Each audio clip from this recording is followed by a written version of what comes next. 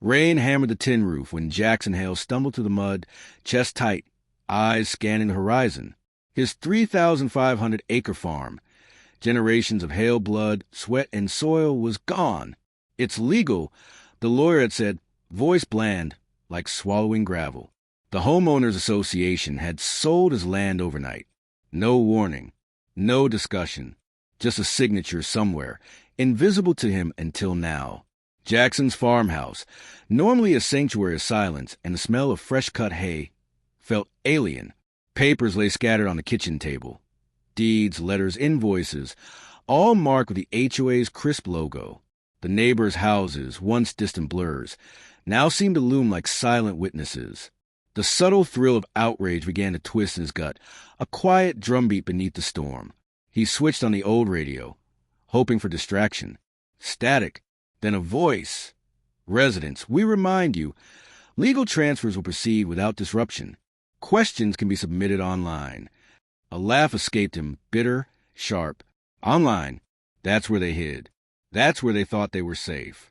Jackson walked the muddy paths between fields, each step sinking into wet earth. Memories of harvest, horse rides, and firefly-lit nights stabbed through him. A flash of movement. Someone watching from the tree lean. Heart leaping. He caught a glimpse of a black SUV pulling away. Paranoia or coincidence? He didn't care. He had to act. At the edge of the property, a rusted barn offered cover. He rifled through his grandfather's old notebooks, laws, loopholes, precedents. Every page smelled of dust and potential. By nightfall, Jackson's plan was taking shape. If they sold the property illegally, he'd find a way to hit back on equal terms. But not recklessly. Smart, legal, brutal. When the storm eased, he looked over the horizon. Lights flickered in the nearby community. Green lawns, neat fences, houses shining under porch lamps.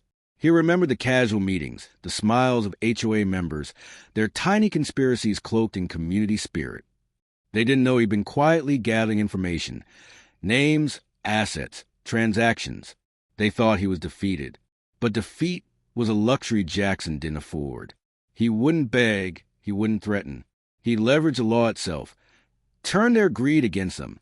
As thunder rolled across the farm, he whispered into the wind, almost ceremoniously, "You took my land. Let's see how you like losing everything you built." And for the first time in weeks, he felt a strange pulse of exhilaration, terrifying, precise, and unstoppable. By dawn, Jackson's office was a war room. Wall-to-wall white boards, folders stacked like barricades, spreadsheets with HOA member property details. Every loophole, every legal technicality, every absentee signature. They were breadcrumbs leading straight to him. He started small. Emails to banks, verifying ownership. Property titles cross-referenced against county records. There were discrepancies, subtle, overlooked by complacent lawyers. Errors they had assumed no one would catch. They had underestimated him. Late afternoon, he trailed one member, Marlo Whitman, who prided herself on punctuality and her rose garden. A brief conversation at the corner store, casual, laced with psychological precision. "I saw the news," she said, unaware he had already downloaded her financial filings. Every word she uttered fed him. Evidence was stacking. Deeds, liens, correspondence. Things meant to stay hidden in legal archives. Jackson learned the network of complicity ran deeper than he imagined. Bankers, realtors, HOA board members, silent co-conspirators in a theft that spanned months. A flash drive became his weapon. Legal arguments meticulously drafted. Precedents cited. He could hit them where it hurt. Their own homes, their own wealth. But timing was key. Jackson didn't just want revenge. He wanted precision. At night, he reviewed surveillance footage he had legally obtained. The black SUV from the storm, a delivery, a disguised HOA courier, unaware of his presence. They were sloppy, arrogant. And arrogance was punishable. Then came the final revelation. The HOA had insurance loopholes protecting them, but leaving every member personally liable for mismanaged property. That was the fracture. That was the spark. Jackson leaned back in his chair, cold determination settling into his bones. The storm outside mirrored the storm he was about to unleash. Every signature he collected, every title he verified, was another piece in the symphony of retaliation. The quiet thrill of the coming confrontation was intoxicating. By the end of the week, he would set in motion a chain reaction that the HOA members would never see coming. Legal, meticulous, irreversible. And all the while, Jackson remained unseen, unheard, untouchable. The predator became the architect. The ballroom shimmered under crystal chandeliers, full of perfectly coiffed HOA members clutching champagne flutes. Laughter echoed artificially across the polished floors, masking the complacency Jackson had long studied. He slipped in unnoticed, briefcase in hand, suit damp from the evening rain, a predator entering its prey's den. He paused at the entrance, eyes scanning. There was Marla Whitman, adjusting her pearl necklace, her face smug and unaware. Across the room, board members whispered into phones, oblivious to the storm about to descend. Jackson's pulse was steady, calm, calculated. He stepped onto the stage without announcement. Silence stretched uncomfortably before the crowd realized he was speaking.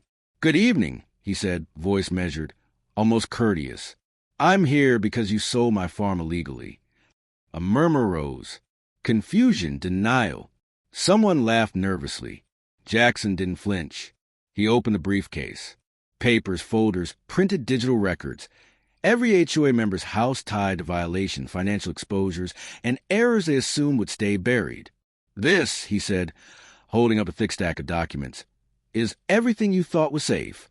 Every loophole, every misstep, every mismanaged asset. It's now public and legally actionable." Marla's champagne trembled in her hand. A board member dropped the phone. A gasp echoed. Jackson clicked a remote. Screens along the walls flickered to life. Property deeds, liens, financial records, legal notices. The murmurs turned to whispers, whispers to cries of disbelief. One board member stood abruptly, voice shaking. "This is illegal. You can't do this." Jackson smiled faintly. "On the contrary, everything here is above board. You just underestimated someone who actually reads the fine print." Panic rippled. Phones were lifted. Hands shook. Arguments erupted. Jackson didn't move. Every word he spoke, every screen he displayed, dismantled their arrogance piece by piece. The tension was thick, suffocating. And then the precise strike. Jackson had pre-filed electronic notices. In minutes, liens appeared on every member's property. Real-time confirmations pinged his phone. Their power, their control, evaporated. Chaos erupted. Board members shouted. Marla bolted for the exit. Some tried to argue with law enforcement, only to find every claim neutralized by documentation Jackson had prepared in advance. A young, furious board member lunged at him, red-faced, fists raised. Security moved to intervene. Jackson sidestepped with calm precision. His every movement was measured, rehearsed. No one could anticipate him, because he had anticipated everything. By the time attorneys and police arrived, the damage was irrevocable. The ballroom, once a temple of shallow self-importance, now reeked of panic, betrayal, and fear. Jackson closed the briefcase, voice calm, almost conversational.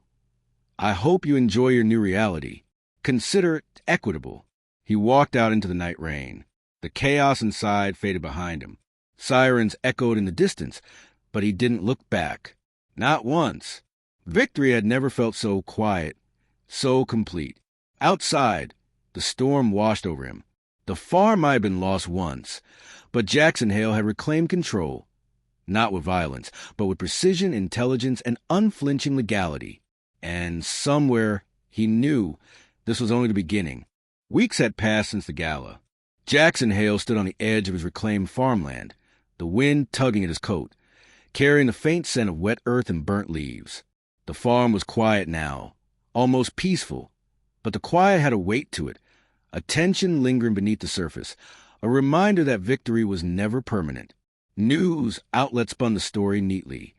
HOA scandal rocked community, headlines screamed. But they didn't tell the truth. Every board member and member's home frozen. Every financial asset under legal siege. The chaos had been swift, precise. Jackson's signature strategy, executed without error. He allowed the community to believe it was a scandal, not calculated retribution. Neighbors avoided him, some out of fear, some out of awe. Marlo Whitman had vanished, her roses abandoned, her manicured lawns untended. The remaining HOA members scrambled to mitigate losses, frantic phone calls echoing through empty halls. Yet every move they made had already been anticipated, already neutralized. Jackson watched quietly from a distance, detached, satisfied. He walked the rows of his fields, hands brushing over damp soil. The crops were tiny now, fragile but resilient, the same way he felt. Rebuilding, reclaiming, standing stronger after loss. Still, he couldn't shake the sense that this wasn't the end.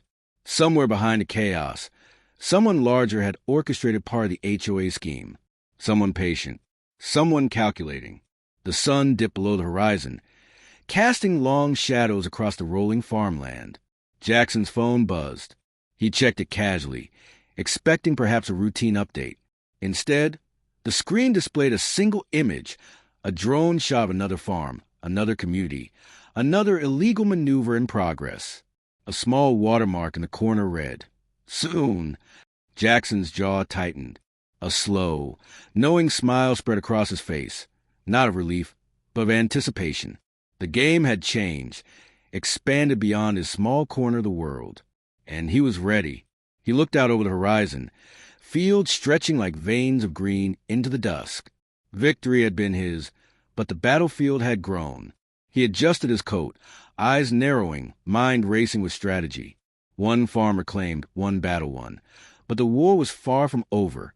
The wind rustled to the corn rows, whispering secrets only he could hear. Jackson Hale inhaled the damp, earthy scent of his land, letting it anchor him. Somewhere in the shadows, a new opponent was watching, waiting for the right moment to strike. But Jackson? He had already anticipated them, already planned, already ready. And in the fading light, he muttered to himself, "Not yet, but soon."